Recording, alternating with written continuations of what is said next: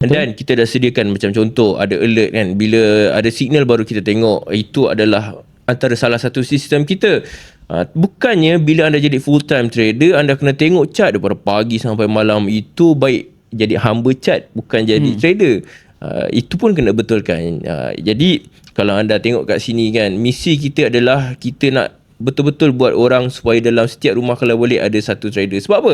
Trader ni adalah satu skill survival. Bayangkan waktu PKP macam abang ni cakap kan, dia dah tengah tak ada income lain kan, dengan company masalah, financial issue, at least dia boleh survive time PKP kan. Ramai orang pelik kenapa tiba-tiba time PKP semua nak jadi trader. Sebab itu je jalan yang dia ada. Nak dah register, klik link ni bawah, okay? Bye.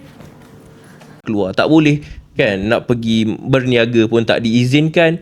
Jadi macam-macam lagi. Mungkin kita akan tengok pula kelak PKP akan berlaku lagi, tapi bukan PKP kepada kesihatan, tapi mungkin kepada ekonomi. Kalau kita tengok kepada situasi apa yang terjadi di keliling dunia sekarang kan, ekonomi tak menentu, perang sana sini.